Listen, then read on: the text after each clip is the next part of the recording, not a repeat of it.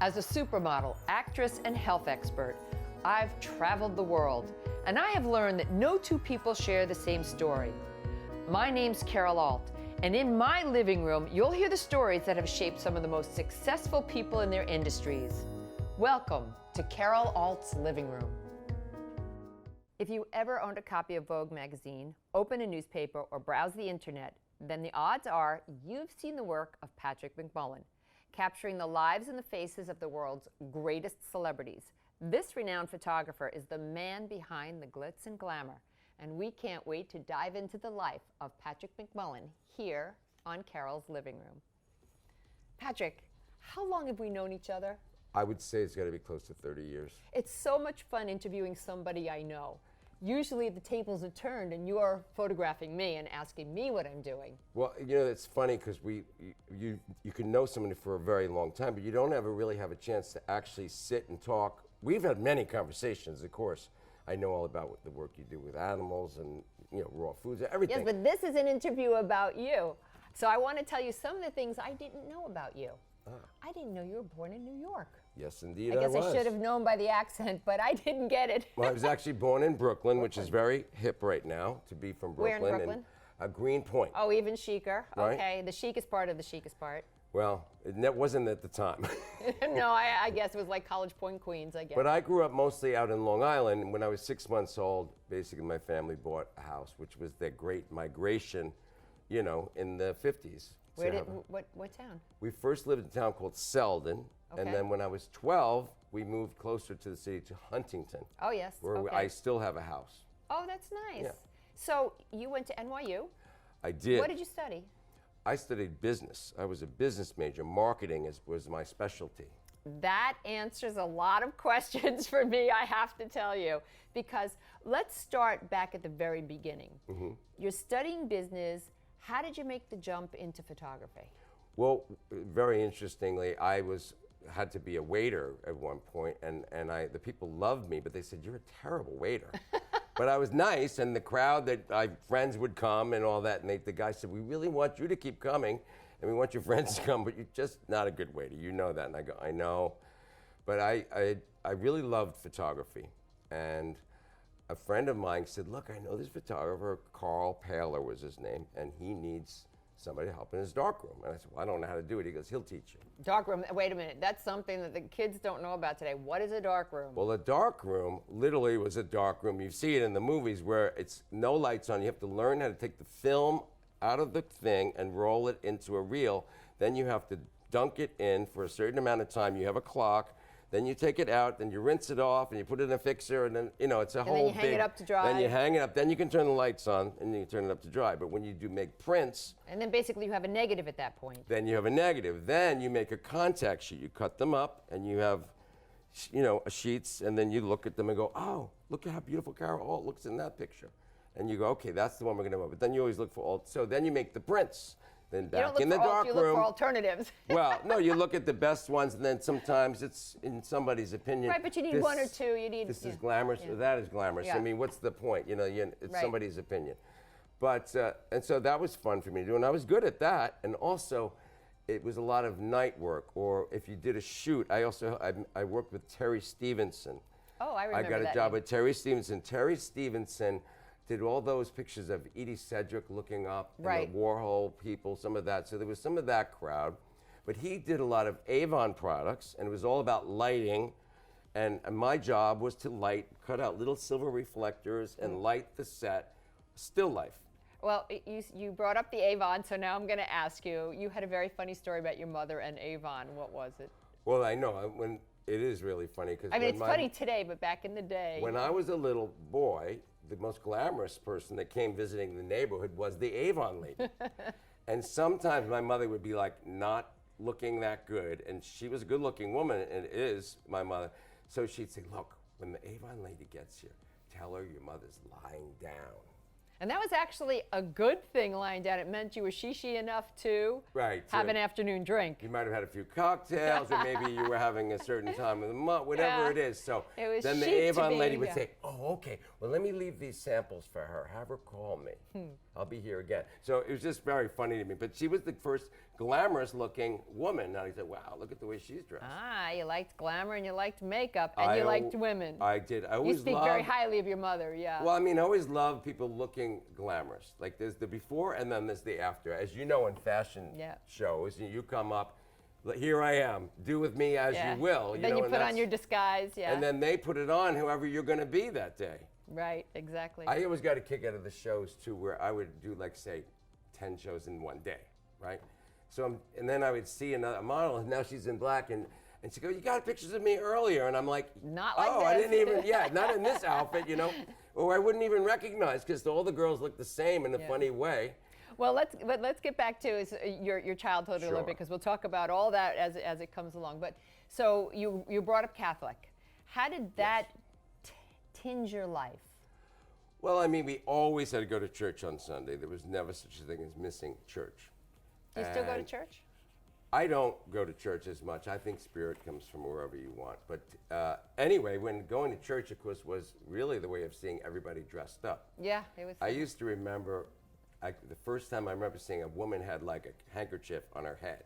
Big hair and a handkerchief on her head. See, Catholics had to have a hat on.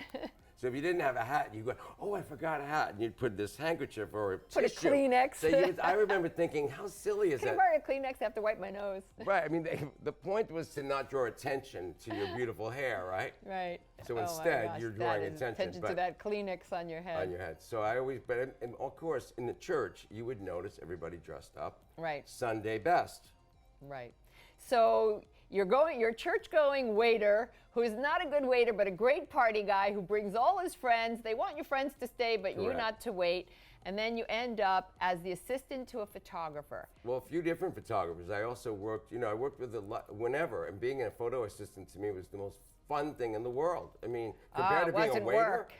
Yeah, it wasn't work. I used to do groundskeeping. I mean, that was what I had my own, when I was in college in the summer, I was basically mowed lawns, but took care of people's, properties, and I loved doing that, but that was hard work.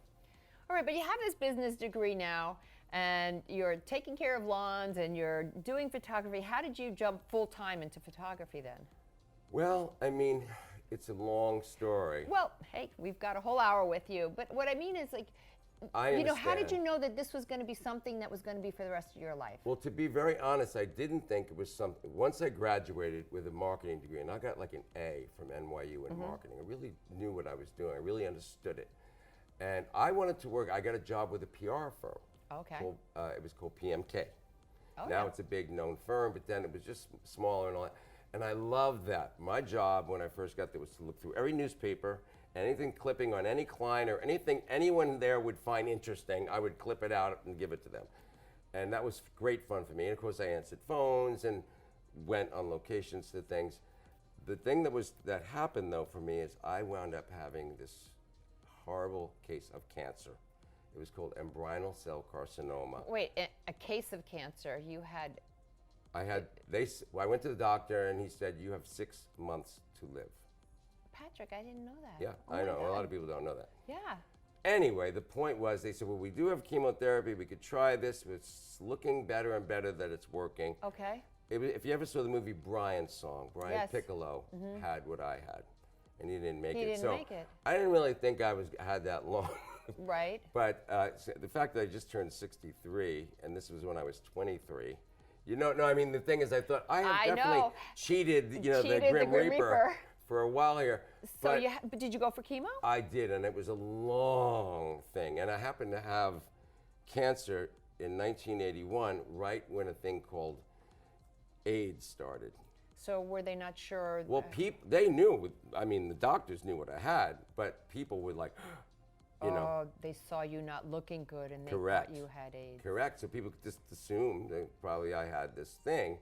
I remember Andy Warhol was so afraid of disease. I didn't know, but he was just afraid. Well, you were great friends with Andy. I loved Andy. I mean, Andy was the best. I mean, in many ways. And he became, he was a little afraid of me, but So he's looking at you, he thinks you're sick, you're taking this chemo, and you survive all that. It took a lot out of me. And then I tried to get my job back at PMK, but they didn't want me you. because in those days you didn't have to take anyone back. And but in those I was days, so looking, I want to get back, talk about a comeback, right? No, I know, right? And I was only 23, I was only 24 or whatever it was. And the crazy thing in those days, some people even thought that cancer was contagious.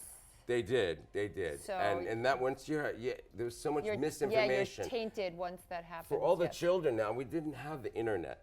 And the encyclopedias, like no one had an encyclopedia. They weren't up to date, with. Well, they wouldn't be, Yeah. right? So anyway, and I remember looking up the research and it said how long people would live 2 years later. It was 0.0, you know what I mean? There was no, but I did survive. Here I am. So you beat the odds. And I wound up, Terry Stevenson said, well, you can come back and work with me again. It's fine. So I said, all right, you have to work no matter what happens, so you do have to work. There's always one angel, right? Yeah, he was great, and he was a great friend, and he was so funny and so wonderful.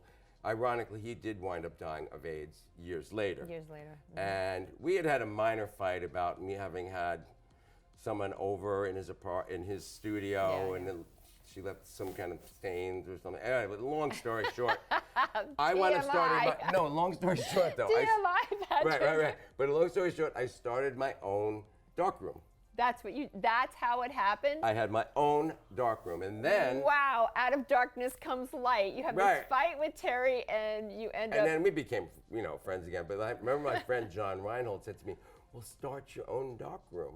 And I said, okay. Living well is the best revenge. And I did. No, and it was just, so then I was my own man as well. And see, I liked going out.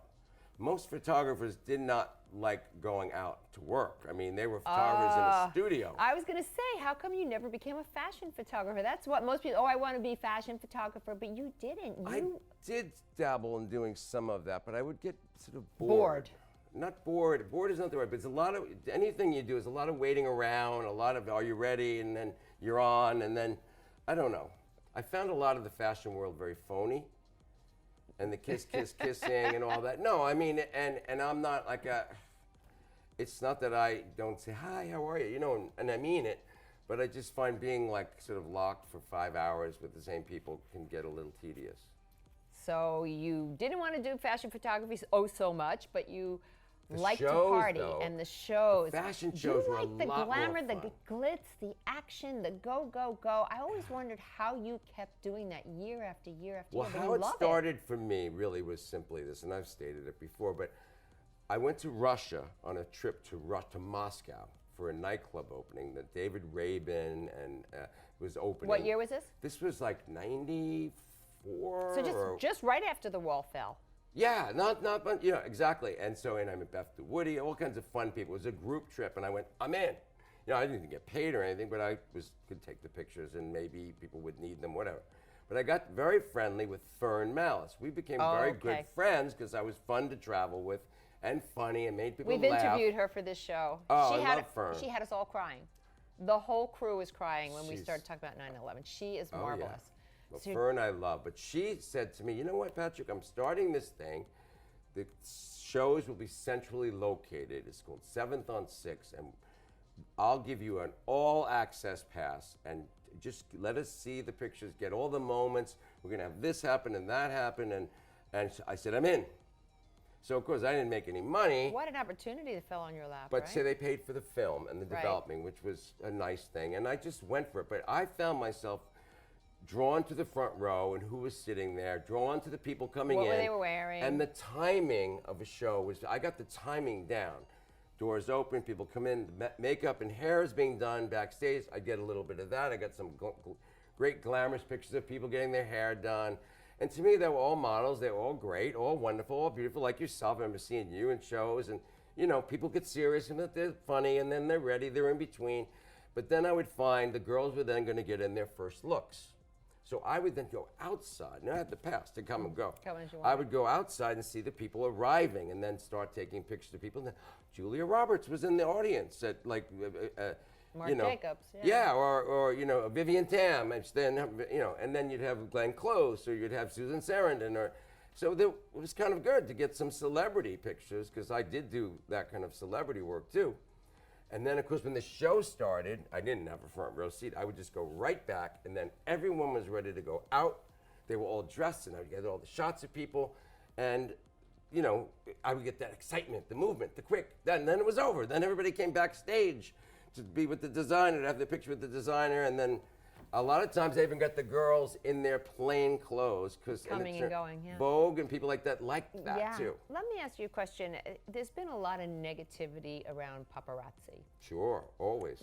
Would you have ever considered yourself in the beginning a paparazzi? Never. What's the difference? The real difference, paparazzi are people that are not invited or not asked.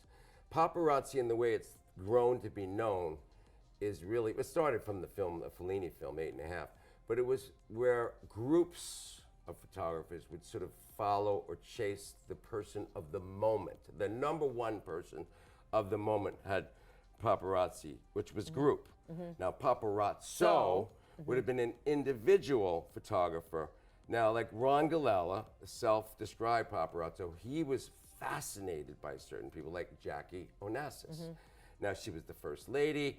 Everybody treated her with a lot of respect. She lived in New York. She was able to come and go, except Ron Galella did like seeing her come and go, and he was able to make money from the tabloids. Jackie, this, Jackie. And then when Mrs. Onassis was with Onassis, they became fodder for, and they were in New York. Right. And so we understand that a paparazzi are people not invited. What would you say red carpet photographers are? Well, that's event work. Event photography, and those are There's all. no name for that, really. Well, they're event photographers. They're event photographers. Event photographers. That's what you call them. That's what I would call them. And see, in those cases, photographers say, "Oh, there's a big premiere, or there's going to be a big museum opening, or there's going to be."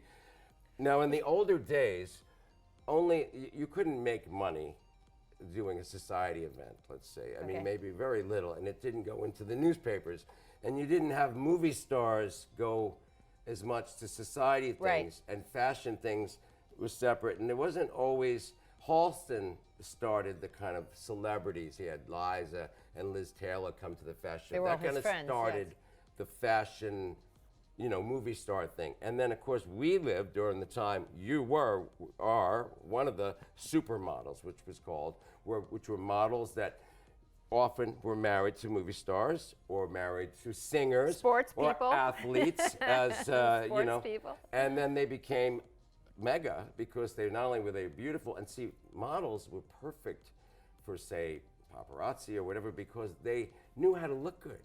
They knew how to make a glance and look fabulous. Where a lot of actresses, you have certain actresses, they be like this. They're not really. When we first started saying hello to each other and seeing each other, and I started posing for you at different events, it was surprising to me because you were really the only one who did that. Inside, you literally yes. were the only inside photographer. I wouldn't go to things if I wasn't invited to the party or the movie. Like, I wouldn't go to a movie premiere unless I was invited to see the movie. Mingled with everybody. It seemed weird to me not to know. I also got the job working for New York Magazine, and I did the column of the week. Every week, the best people at the best events were in there. So if you were not in my page, and you've been, I'm happy to hear this because I was beginning to wonder if they weren't paying you, but they were paying for the film page, and the But I was wondering how you were making money because it's almost impossible in the beginning, I was doing a lot of nightclub stuff. Now, I got the job right after being ill. I got the job working for Details magazine to work with Steven Sabin, who just recently passed away.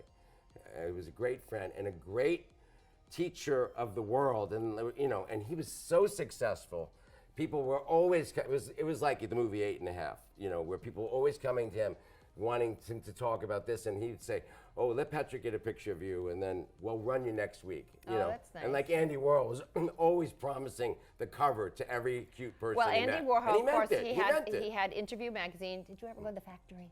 I did. I went to both factories. I didn't go to the ones in the '60s because I was not old enough. Not old enough, but I in did, the '70s, and they it had the was so factory at exciting. Madison. Yeah. It was so exciting to go to the factory. I mean, I was the biggest fan of Andy Warhol because Andy was a true Renaissance man. He did photography. He did art. He did music. He had a magazine. He even modeled. So he was able to do things, and he taught me that I could be whatever a businessman. you want to be. I could be a photographer. I could do film. I could do whatever I wanted. What a great gift, though. That's And so really I never a great thought gift. of myself as just a photographer. I Right. thought of myself as a person in New York making, you know, a living. And I wound up having an agency because of the fact that I couldn't be all the places I was wait, invited. before you get there, I want to know, do you have a Warhol? Yes. You don't have to work More again, than one. honey. Well, I don't think I want to be in your will. I don't have I have Warhol prints. I don't have painting. Still, those are worth a fortune these days, aren't I have they? a lot of art, but Right. that's another whole story. Collecting is something else that I call myself. I am a collector, you know, and it's a fun thing to be a collector because I've met so many people.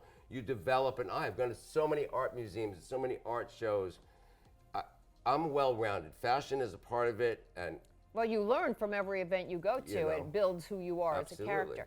All right, so now you're invited to the events. You are one of the glitzy people of New York, at the same time making a living at it, and you start an agency. Tell me how you even thought of doing that. well, Probably you couldn't be in two places at once. well, first I had my nephew was like 19, and he was working at a drugstore in Brooklyn, and I said, well, why don't you come work for me? Because I have bought this big computer that cost a fortune. I don't even know how it works. He goes, oh, I'd like to try. I'd like to. He did there. Then I had a neighbor. His name was Sylvain, and he was like kind of like always reminded me of Kramer because he would just walk in and say, hey, blah, blah, blah, blah. Brad Pitt's filming a movie around the corner. I just took some pictures. You want to see? And I'd go, yeah, oh, those are great. Then Anita Antonini, who had worked for years with Marc Jacobs from the very beginning, she was now wanting to do something different. So she said, and I needed help because I never made the bill. Like people would say, bill me. And I go, what do you mean bill you? Like I didn't, even though I went to college, I still was like, oh yeah, I'll bill you later. But they said, no, you got to bill us if you want to get paid. And then I started getting more serious about it. You know, if you're expected to be hired as a photographer to cover the event, then you really have to be on it. You know, it's not Well, you just have showing to- up as a guest. Right, and you have to have the pictures at the end of the evening to show your Correct. client who invited you. Correct. And they all wanted me to shoot it, and that's why I had other photographers, because if you timed it wrong, you could miss everything. You know, Yeah, like of there was course. 6 to 8 thing, and You have then to be there's very a 9 informed of everything that was happening. And in those days, I would go out to nightclubs till 3 in the morning, and that's where things happened. Family has always been important to me. My own family, my mother, my father, grew up in a big Irish family of brothers and sisters and cousins, and in the summertime, we lived in the Yeah, sun. but your lifestyle really didn't lend itself to having like a family like you would say. So you basically made a choice. It was either you marry, settle down, get a studio somewhere and do your stuff, or you live the life you've lived, which has been an incredible life. You've been in Warhol's factory. You have been practically to every. I've been to Hollywood, And California. back. You've been to Hollywood and back. But I would understand that you would start seeing, okay, now you started this agency and it's coming together with all these people. And I would think basically your issue was you couldn't be in every place at the same No, time. who And there were could? more than one person asking you for photos. Right. So did you go to other photographers who you liked, who you had friendships with, and hire them to be in your agency? Well, what happened is people were drawn to me, or I'd meet people out, and I'd find people that I thought were nice or fun or pleasant personalities. To me, it was always important to have a person that was pleasant at a party, or that was fun and got to know people and liked people and all that kind of thing. So I was drawn to those kinds of people. So you needed people of a specific personality Correct. that you would hire to work with Right, you. because there were a lot of photographers that might have been good at being, like, let's say, Annoying. well, no, like a press photographer that, well, get over here, get here, get here. And they're there and they take pictures of people that walk by. That's not what we do. We go to an event and add to the event by saying, Right. hi, Carol, you look fabulous. And let me get a picture. Who are I you know, with here? Oh, let's get you guys literally together. shocked me out of my shoes when you did that to me the first time. I'm like, do I? Sure. I mean, Yeah, why not? Okay. Yeah. All right. And You then I know? started seeing you at more and more parties, and then sometimes I wouldn't see you, but they would say, "Oh, I work for Patrick McMullan," and I'm like, "Oh, okay, I'll pose for you then." Well, I was saying to somebody, like one girl that worked with me, I said, no, none of the young kids know who I am at all because they don't even watch TV or they, you know. But he said, no, people know you. He said, whenever I go and shoot for you, they say, oh, I love Patrick. And I go, well, that's good to hear, you know. But you've also had some dark clouds. I heard that basically your agency, they started to defect. You had a great line where you said it was like Caesar being betrayed. Yeah, well, I mean, to get into the idea of how an agency works, I mean, we're talking about many years have gone by. Of building and... Of being involved and coming and going. And I had a lot of very, very talented photographers that worked for me. and they were getting paid a huge amount of money from me, like $500 an hour. They were like making money, you know what I mean? Like, let's say, big money. Like, as you know, photographers make hundreds of thousands of dollars. But so A session, yeah. So for $500 an hour is nothing to like a Bruce Weber or Stephen Meisel. But so, and the point is that they're also a certain age. I'm a certain age. They're a certain age. Some of the photographers that worked for me wanted to do their own thing. However, I always paid them well, so that was kind of hard, like golden handcuffs, they call Well, it. yeah, because they didn't want to take the responsibility and There was a responsibility. give up a paycheck There was for the jumping into the dark unknown. Well, there was a responsibility. So what I didn't know, originally the fellows that worked with me wanted to start a wedding business. And I said, good, we'll have a business that we're all involved we'll do it in. on the side. It was going to be called Isola Weddings, and we would all be together, and I would just be a member of their group, and if they wanted me, I would do it. And so they were busy having meetings in my office. So then when the time, suddenly they said, well, we want to start our own agency, and we have started our own agency. And I was like, you have? And they had a PR firm involved. Like they tried to make it seem like, oh, it was just a bunch of guys like moving on, But it was a coup d'etat, It basically And drained all your It did. It just made talent it like away from your agency. Well, I mean, it wasn't. I was fine, and that was in 2010, and I've done fine. Listen, somebody's saying it's like Caesar being betrayed. Well, I said Et tu, Brute. Come on. Somebody said, oh, it was like Mad Men. We're starting a new agency. I said it was a little more like Caesar at the Forum. Yeah, it was like a Stab in the back. Betrayal is betrayal. Betrayal is betrayal. Now, again. And by the way, this was originally your idea to start this, because before this, every photographer was on their own. They would just, if they got hired, they got hired and they got paid. If they didn't, and sometimes they didn't even get paid, so you were there collecting the money. You were there getting the jobs, because basically what you were doing was giving them the jobs that you couldn't go to.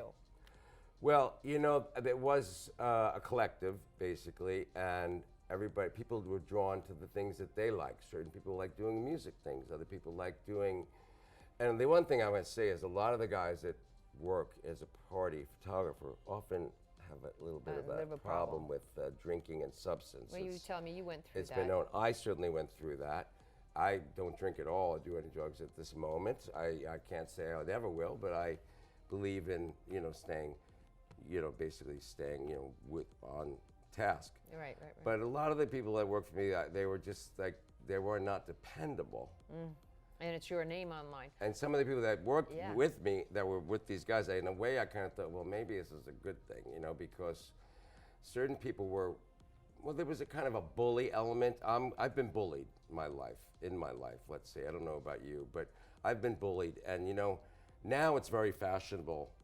But I had bullies, often working for me. And, I was a little afraid of some of the people that worked with me. I didn't necessarily want to be like. I was just going to say, I don't think anybody ever goes through an entire life without running into some kind of bully. Well, I mean, and the thing is this, Carol, I was me, and I like doing what I do, and I didn't want a big agency. I never did. I'm a photographer. I like to be the photographer. Yeah, but see, this is your business mind. This is your business mind sneaking up on you and saying, this is a business. Because this is not the first time you've done this.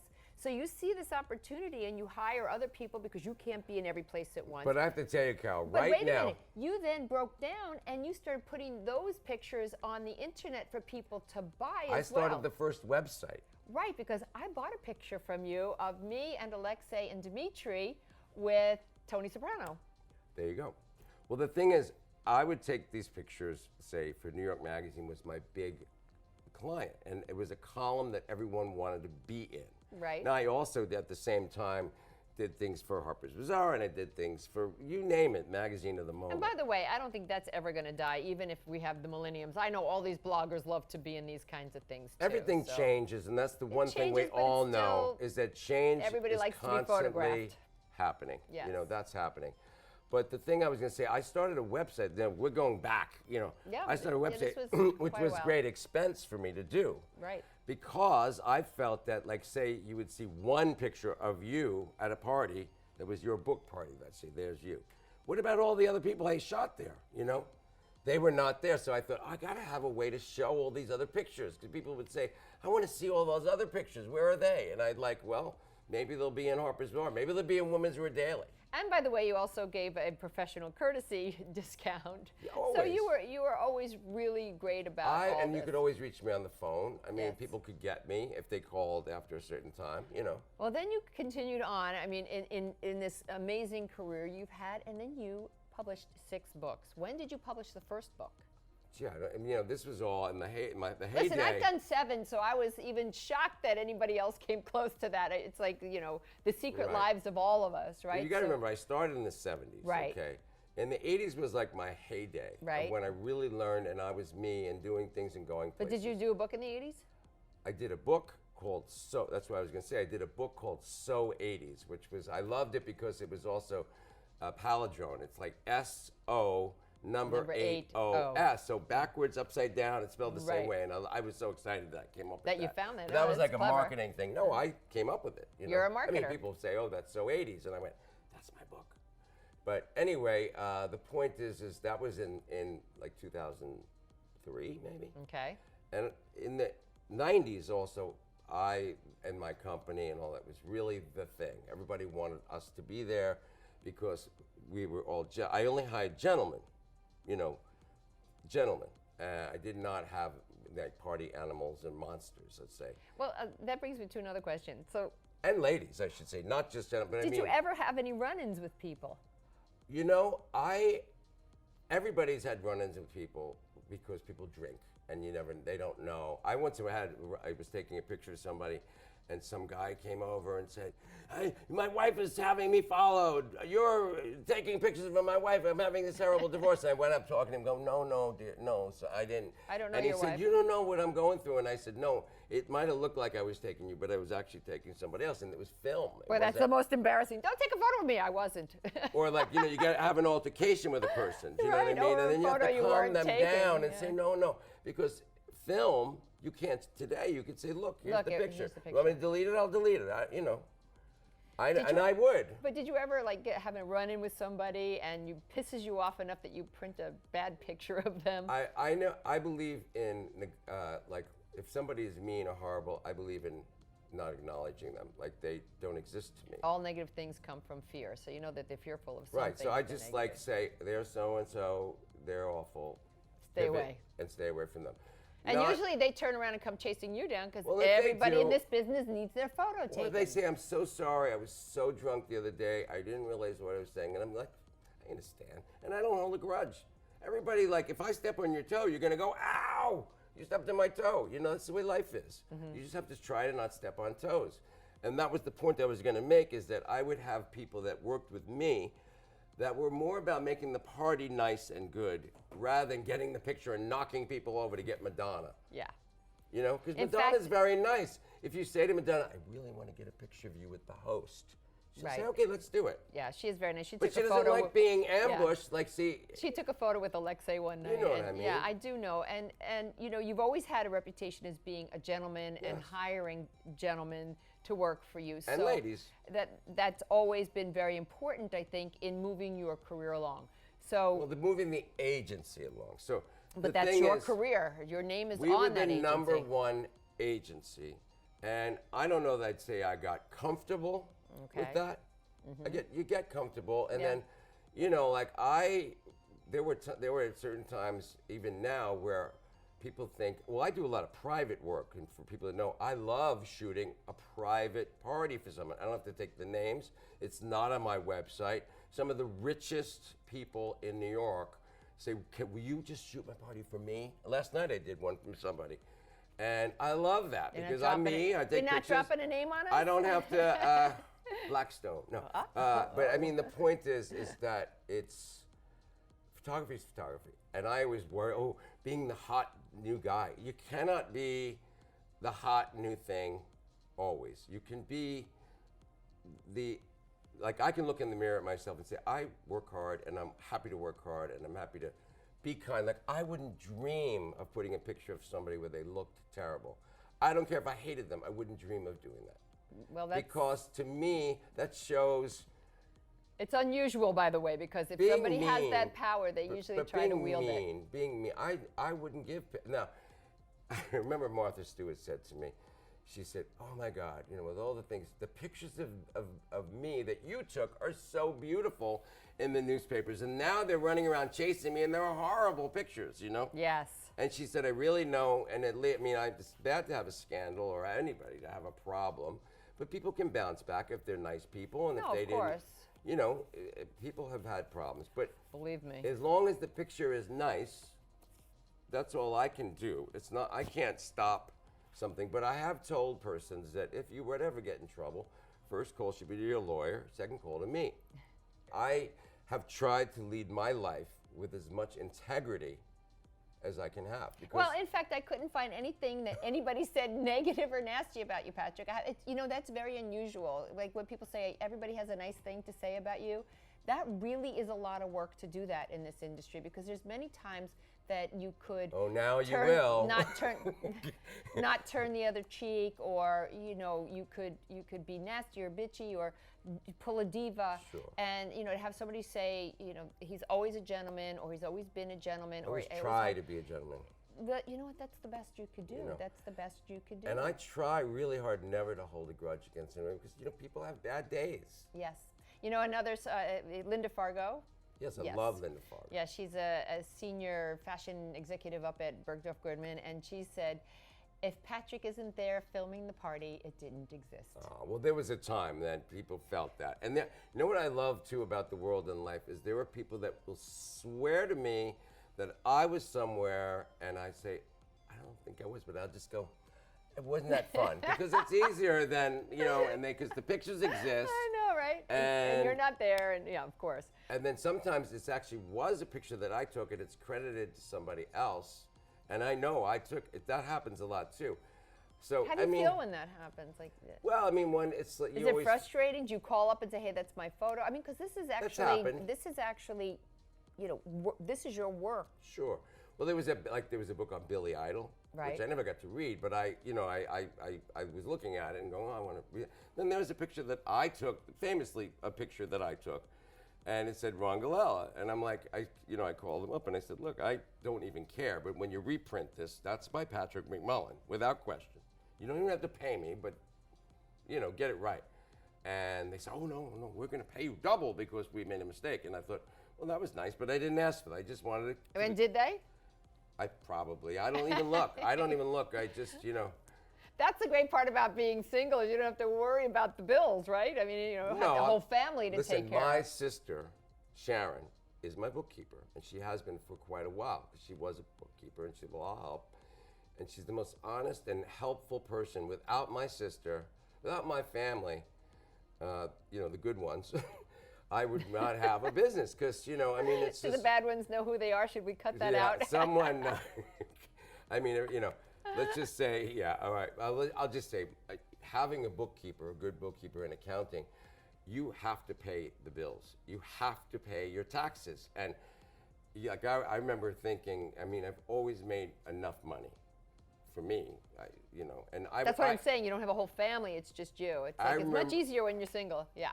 But I remember when the Concorde was around, I'm not even sure what year it was, but I remember people would take it, and it cost a great deal of money. But I remember I had enough money to take it, but I didn't need to. Do you understand? Yeah. I never wanted, I don't need Gucci loafers, not firsthand anyway. I don't want to spend, overspend. I'm not an overspender. No, I would take a subway. No, you understand. Well, first of all New Yorkers take subways, but you understand the value of $1 because you've been working, and it's not like you had something from your parents, Carol, where you earned $1 million. You sold a house and you got $1 million for it. Carol, I had cancer and was dying. Yeah. I had no money. And we're talking about poverty, and my family did not have money. I remember the funniest time is I was with my father after. They would take me out to Huntington after chemotherapy, and Patrick, then I would come back to the city, and he would drive me back. He was out of work, so we're driving. My father's taking me back to my house. I refuse to give up my apartment. I still have the same apartment on Fifth Avenue. How many years My have you college apartment. Your For college- 42 years I've lived Is it in rent that controlled? place. It's rent stabilized.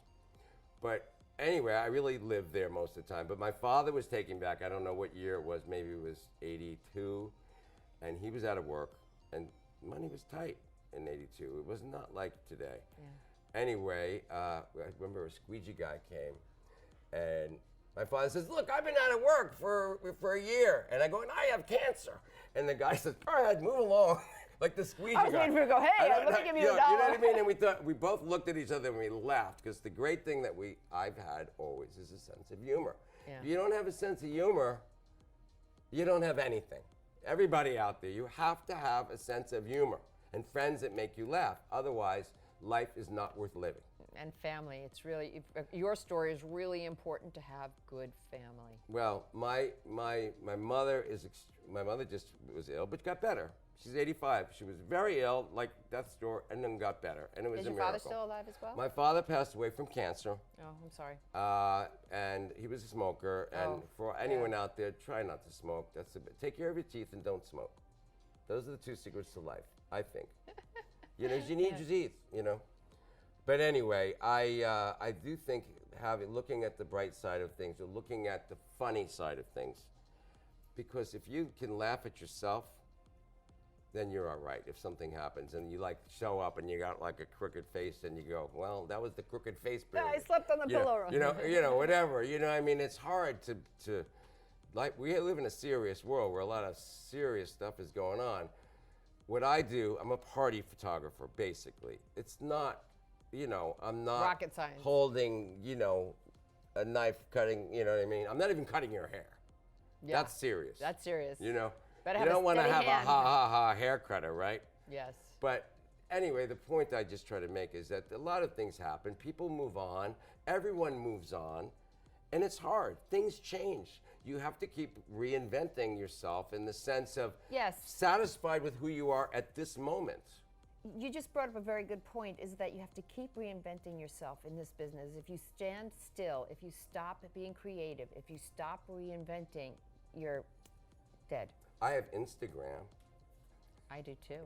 And Twitter. Yeah. Snapchat, not But a I can't chance. spend all my time. I could spend forever liking everything. You know, you like, and if everyone doesn't know about, you know, you have to like everything. And they say, I was with dinner with somebody last night, and they were trying to explain, like, it's not enough just to put something up. You have to then like all your friends' things. Yeah. I didn't even realize like 1,000 people said happy birthday to me on Instagram. I looked at Facebook and said, thank you. Well, I think that everybody on Instagram and on Twitter, they understand after a certain age, you're kind of still blindly following and finding your way through Instagram and Twitter. So I think they forgive you, Patrick, for No, not I mean, acknowledging. and I do try to follow. I'm just saying there are things in life that one wants to do, like read a book or have dinner with a friend. Right. Or And you don't call wanna- somebody You don't and want to have pick a up the conversation. phone all the time. You don't want people. I had guests here last week. My friend was in the phone doing Instagram. Oh, look at this on Instagram for me. I was like, I'm I've fine had if you're a enough with child. Instagram. If you're a teenager and you're sitting and you want to yeah, do it. but grown people sitting, having a conversation with a group of people, and they're on No, their I- Instagram. I'm doing my I Instagram. I'm like, totally agree. I have a Wow. friend of mine and his son, like they play the video games. And I say, it's really fine because in our day, we couldn't pause something that we were watching on No, we TV. There couldn't was do no it. pause button on TV. So Yeah. you really want to, wait, what did they just say? You know, but today you can pause and You can- say, hello, Mr. McMullan, how are you? and then go back to your And I movie. go, how are you? You're good. What are you playing? Oh, go ahead, go play. That's Yeah. the way. It just has to be polite enough to say hello, then go ahead. Children should be seen and not heard was when we grew up, and now they Not are. anymore. Now They're they all are being seen seen and and not heard. heard. No, but now they're not being heard because they're sitting there playing a thing. It's a funny Oh, how see, things. I always think you hear them because they're going, no, I got you there. okay. I'm joking. I'm But joking. you know what I mean? Yeah. It's funny how things Where come do you around. see yourself going in the future? Where do you see photography going? Because really, with all this digital stuff, it was strange because I got on the set one day and I hadn't been shooting photographs for a while. I was doing movies, as you know. Yes. And somebody said, would you do this campaign for us?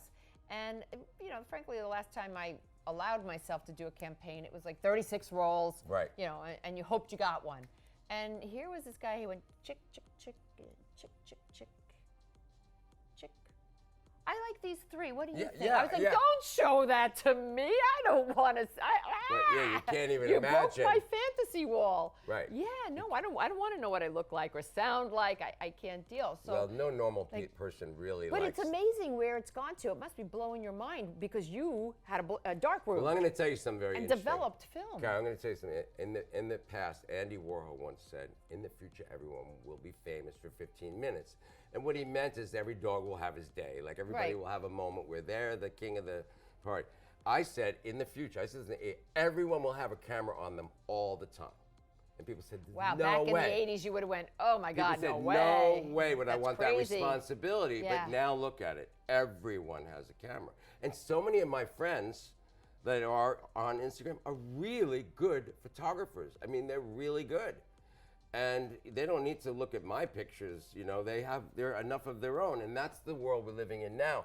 It's not that people don't want to look at magazines and newspapers. They have enough time just To do saying, their yeah, Instagram liking and their things, Twitter. liking Yeah. their Oh, it's things, a and they're nightmare. tired of it. And they want to go lie down. But They want to go lie down like my down. mother when the Avon lady Have to comes. lay down. But I find there's so less interaction amongst people. There's so less empathy. There's so less, hey, how are you? Touch, feel.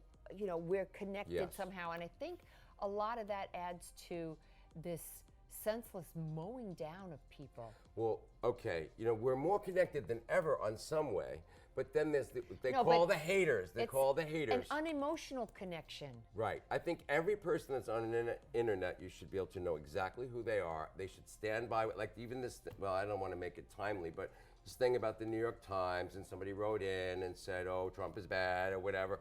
Well, Trump may be bad, but if you're going to Stand by say your something, words. be man enough to be who you are. Well, that's the American court system is based on you can confront your accuser. You know, they're no, healthy I understand people. it. I understand who, it, Carol, much more. You know, you would kill for their health. With and certain they're people, killing though, themselves, and you go like, how? with does certain this- people, this mental illness is a really dangerous and frightening thing. And you know the straw that broke the camel's back. I mean, I think you and myself, we have straws that are breaking our back. We just say, no, get down. You know, you you just have to get keep moving on. You have to just say, you know, okay, no, I'm not giving in to that. Like, you know, I smoked cigarettes. I started at 12. You know, I quit for years, and then I started again, and I had to quit again. And I mean, you think, all right, I didn't smoke for 20 years, 15 years, and then I started smoking. I mean, and it was so hard to quit. So I don't judge anybody that has a drug, alcohol, they want to kill themselves. It's just we're both. I don't judge them. No. I mean, but this is what I was trying to say, Carol. is we're both connected We're so all fast. connected. But then we're afraid because we're bullied or people are bullied or they're being mean and they just can't take it anymore. They want to like go into. There should be deep freeze centers where you can go and you're deep chill out. frozen. No, you're frozen for a week. And she's in the freeze. Okay, got it. The freeze. It gives new meaning to Then let's you come chill out. out. Yeah, to chill out. Then you come out and they say, okay, remember you got this and going on, that going on. We're gonna help you with this. We're gonna help you pay your rent. We did your dishes while you were frozen. You know, people get to that point. They need help. We need helping hands. It's I know, not but there's enough. no connection anymore, so people aren't reaching out. One of the things that I've They're always fearful thought, of not looking perfect. right, well, but we're right back to where we were with photographs. That's what I mean. Because you capture a moment, and everybody wants to look perfect, and sometimes they want you to redo it, and there's no redos in And life. Carol, one of the things that I made as a marketing, even from NYU, called smart, I tried never to post a bad picture because I never wanted anyone to think I was trying to be mean. I never wanted them to go, oh my God, look at what I look like. I never wanted that. I was always sensitive to people. But did you and have I think that's why I was successful. But I know that's why you were successful. Do you think that you had a certain type of power when you have a photograph of somebody, good or bad? Well, bad, I try to just keep them out. I understand, but that's a kind of power, isn't it? It is. I have this Or I bad don't- picture of Carol Alt. I could hurt her. I could, that's a power. I don't, there are people that want to do that. And that's what I'm Yeah. saying. I don't have that, and I don't have that heart. But did you ever have that sense of, when you're No. taking photographs, I don't want to take that picture because I don't want to hurt her. I always mean, had it's a power. control over my photographs. In other words, I still do. Right. Basically, if I allowed people would say that it was me. I allowed people to have it taken down. Like if I have a picture up and you suddenly see it and you want it down, it costs $10, and people would say, well, You're going to charge me $10 to take down a picture? Not if it's new, but if it's been 10 years God. ago. You know what I mean? What if it's a and new let me tell you picture? why. Let me tell you why. Oh, wait. What if it's a new picture? What if you took a picture of me tonight If you and I said, call Patrick, me, I don't like if you it. call me and say I hate that one, will you take it down? I will. Oh. And so everyone knows that. Because with they're me. older, it's more difficult to take them down. It's more complicated. Also, I remember one guy said, you got to take all my pictures down. So, I mean, it took a lot of time. And I did it as a favor. Then he says, okay, now you're going to back up again. I said, it's too late. They're all down. You should have charged him to put them back No, up. no, but you understand? I would've Like, they charged were him to put all 'em back up down. then. And then, you see what I mean? Because he was trying to get a job. Yeah. He said, I didn't mean forever. I just meant like for the weekend. Or somebody said, people in costumes, and then they murder somebody, let's say, and then they look like, I don't know. I mean, I understand what you're saying. or You get better a yet, particular situation. your best friend 20 years ago turns out to have been, Jeffrey Dahmer. So you went like, can you take that down? It makes sense. It's fair. But some agencies, they will never take it down. Do you understand? Yes. They won't, ever. That's it. And that's what I'm saying. It's fair. And Well, but that's kind of like the internet. Kindness. It's kind of like Kindness but is it's kind of important. like the internet these days. When you put Yes. something up, it's there it forever. is. It is. And that's And why. that's a type of power. If you've got a picture you can But post most and it'll be people there do forever. it themselves. Yeah, well, and that's they don't another story. realize it. And then there's a lot of naked things, and so what? People are naked. So what's the big deal? I happen to like naked bodies. I don't happen have to a like. I problem think that the someone's bodies are naked. beautiful, but It's- it's the intent of which you look at the body that Correct. And then, gives everything. and that's what we were really getting at is today you have a situation where you have these nameless harassers Yes. or these They nameless hide behind haters. anonymity. And I don't think it's right or fair. I stand by my name. My name is there. People can reach me if they need to, and if they're sane. I'm not dealing with insane people anymore because there comes a time. These days you can't even tell who's sane and insane. It's Well, like no, if there's you're such a fine insane, line. I'd like to help you, but I wish we could start an insane posse club, where you can be insane and you go a place and and everybody knows you're insane, so they treat you like you're insane. I was joking with friends, but I stand by it that they should be a dope island. You want to be on dope? Great, be on dope, but go to Dope Island. Don't try to, Yeah. And it's a shame because you have people that can't cope. If you can't cope, there's got to be places for people that can't cope, and Well, it's there's okay. got to be places where you could just like take a time out. Chill out, right? And they're Deep called freeze rehabs, for a but I week. think there's this. No, but that has a negative connotation. I mean, it there's does, and it shouldn't. And vacation, there is no vacation anymore because people can reach you by email and text, and if you're not answering right away, they're like, "Why aren't you answering me?" Like right now, I turned my phone off. I know. You do that for an hour, and there's like 10 texts, 15 emails. I know. But also, I think I'm one of those people who are guilty that if I don't hear from you, if I send you a text and I don't hear from you, I get nervous. I get nervous because people are so used to answering quickly. So, in the last couple minutes that we have with you, Patrick, anything that you want to do in life that you've not done? Any business idea that you're coming up with that you might give us a sneak peek? Well, I have so many ideas of so many things I've got to tell you. But for myself, reflection, I've photographed 1 million pictures. I would like to be able to go back and Maybe look. 1 billion? But I'd like to go back and revisit much because the great thing photographers love, reason they are photographers, is that you are a memoryist. You like to remember. You like to look back. It can be very sad and it can have very heartbreaking to look back at old pictures because you were this, you were that. Like I look back at myself and I think that guy there did not know that Right, he was going to have right. aches in his arm. So, do I hear another book in the works? I think there are a few more books. I really want to. Somebody said to me, but quite seriously, they said we really want to do a reflective book, a big book. Coffee table book. Well, I've done 6 coffee table books, but this one for a big coffee table. Like my coffee table over there. But I mean, You a could sleep on definitive, that thing. a definitive thing. But I mean, it would take a lot of work, and I would love to make a film. I mean, I would love to be able to make a film of something, or shine That a is light. kind of a next step for a photographer to put a series Yeah, of pictures yeah. together, right? And make Yes, a film. exactly right. And so there is that, and there's so many things that I would like to do, and I think that it's good to be able to take time to relax. Patrick, thank you so much for coming and sharing your life with us. During Fashion Week? Yep, sharing your life with us during busy Fashion time. Week. Yes. Thank you. I really appreciate Well, it. I hope I said something interesting. I think you said more than one something Oh, interesting. good. For sure. Join us again on the next Carol's Living Room, where we always find the most interesting people.